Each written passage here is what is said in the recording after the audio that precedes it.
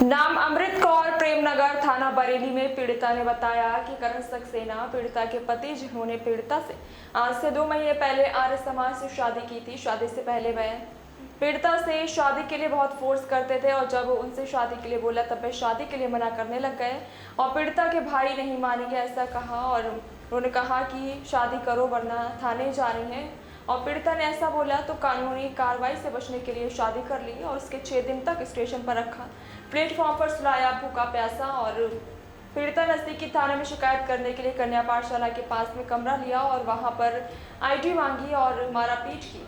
और इसके बाद घर में खाना न बनवाकर बाहर से खाना लेकर आते थे और खाना खाने के बाद अगले दिन शाम 4 बजे 5 बजे आँख खुलती थी तो उनको कुछ कहती तो वह मारने पीटने लगते थे और भाई ऋतिक से बात करने पर पैसे देते थे और कहते थे, भाई ऋतिक कहता है अगर पैसे चाहिए तो तलाक ले लो और उसके साथ रहो वरना इससे कि पैसे लाकर वह बेच दे और हर वक्त 10 लाख रुपए की पीड़िता से मांग करता था।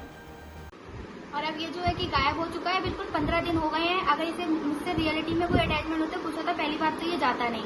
इसके भाइयों के कहने पे बिल्कुल ये गायब हो चुका है, बिल्कुल, क्योंकि इसके भाई ने मुझे सामने से आके ये चीज बोली थी, अब तो मैंने उसे भगा दिया, अब तू ऐसी भटक 2-3 साल, हम उसकी शादी करवा देंगे। उसकी शादी के चक्कर में ये सब लोग ऐसा नाटक कर रहे हैं और मुझे तलाक दिलवाना चाहते हैं।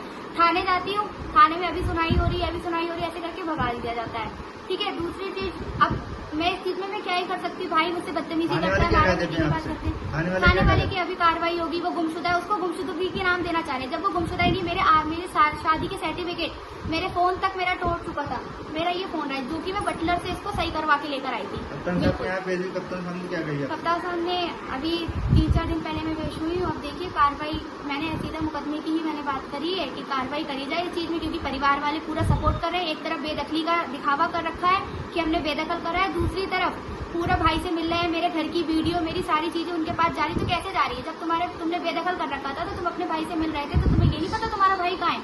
उसका फोन स्विच ऑफ है, वो कर्जदार आदमी, उसके पास पैसा नहीं होगा, वो कैसे जिएगा?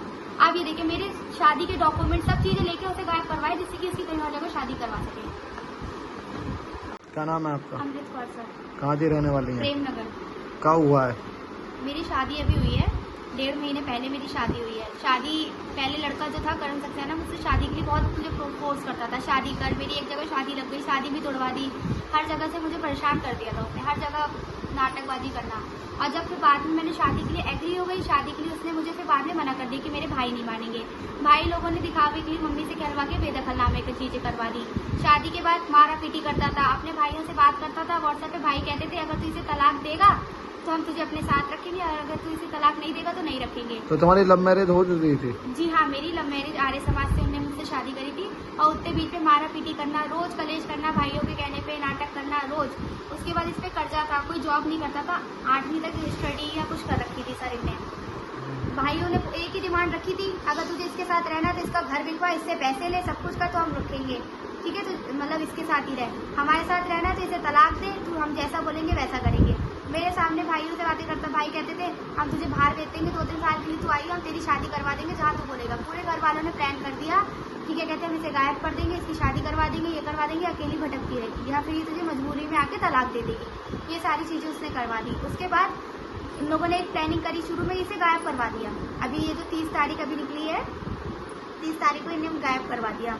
गायब होने के बाद मैं बिल्कुल परेशान हो गई, मैं एकदम से डर गई कि कर्जदार है, मुझे लगा कहीं कर्जदारों से कोई बात ना हो गई हो, तो मैं सीधा एक ही चीज लेके बैठी कि कर्जदारों से कोई बात हो गई हो, शायद ऐसी बात है। लेकिन जब उसके भाई ऋतिक से मेरी बात हुई, ऋतिक ने मुझे उल्टी सीधी बातें बताई। मेरे घर मुझे जो बंदा, मुझे भी नहीं पता, मैं अगले दिन उठती थी रात में 9 बजे सो रही हूँ, तो अगले दिन मैं 4-4, 5-5 बजे उठ रही हूँ। नींद की दवाइयाँ दे रहा है, पता नहीं क्या क्या चीजें, क्योंकि मैं नींद में ही होती थी तो वो शायद मुझे नहीं लगता कि क्या दवाई है क्या नहीं, पर मेरा डाउट था नींद की। खाना घर में बनता नहीं था मेरे, खाना वो शाम को लेकर आता था तो खाना खाते थे और उसमें दवाइयाँ होती थी, न जाने क्या चीजें होती थी। और मेरी वीडियो बनाकर अपने भाइयों को भेजता था। इनके भाई के लैपटॉप में वीडियोस वगैरह मेरी सारी हैं। अगर इन्हें ये नहीं पता कि इनका भाई कहाँ है तो मेरी वीडियो इनके पास कैसे आई? पहली ये चीज है, मेरी वीडियो इन लोगों के पास कैसे पहुंची? और जो बातें इससे पहले मुझे करण ने बोली थी, आज से एक हफ्ता कह रही है सर, 1 महीना पहले, तो ये सब कि मैं ऐसे चला जाऊंगा, मैं बाहर चला जाऊंगा, मैं 3 साल बाद आऊंगा, मैं 4 साल बाद आऊंगा, मैं ऐसा करूंगा वैसा करूंगा, वो ही चीजें हो रही हैं। भाइयों ने पूरा प्लान कर दिया। इसके पास एक अदर फोन था जो कि इसने अदर फेस से ले रखा था। अच्छा जी।